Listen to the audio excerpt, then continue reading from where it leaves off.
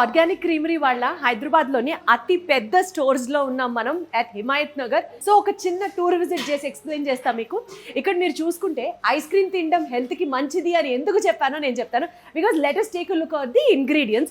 ఇక్కడ మీరు చూస్తే ice creams first of all basic it is made out of desi milk organic butter. ఏమండి మనందరికీ తెలుసు ఐస్ క్రీమ్ పాలతో తయారు చేస్తారు. ఇది చిన్నప్పుడు స్కూల్లోనే చదువుకున్నాం కదా. కానీ మిగిలిన చోట పాల పొడితో ఐస్ క్రీమ్స్ తయారు చేస్తారు. బట్ ఇక్కడ మాత్రం దేశీ మిల్క్తో ఐస్ క్రీమ్స్ తయారు చేస్తారు యూజింగ్ ఆర్గానిక్ బటర్. ఈ రెండింటిని కాన్స్టెంట్గా చర్న్ చేస్తూ ఉంటే వచ్చే ఆ క్రీమీ టెక్స్చరే ఐస్ క్రీమ్లో మనం ఎంజాయ్ చేస్తాం అనమాట.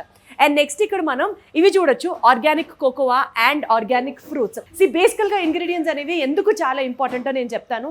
The more pure ingredients are the best quality of the ice cream is what you can enjoy.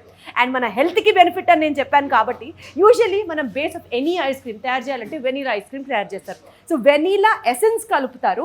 వీళ్ళు మాత్రం they క్రీవ్ it out of proper vanilla beans దగ్గర నుంచి కోకోవా బీన్స్ కానీ, అండ్ మనకి ఇప్పుడు సీతాఫళ్ళు, మ్యాంగో, ఇట్లా చాలా ఫ్లేవర్స్ ఉంటాయి కదా. ఆ ఫ్రూట్ తీసుకొని ఫ్రూట్ని కంప్లీట్గా పల్ప్ చేసి ఆ పల్ప్ని ఐస్ క్రీమ్స్లో యూజ్ చేస్తారు.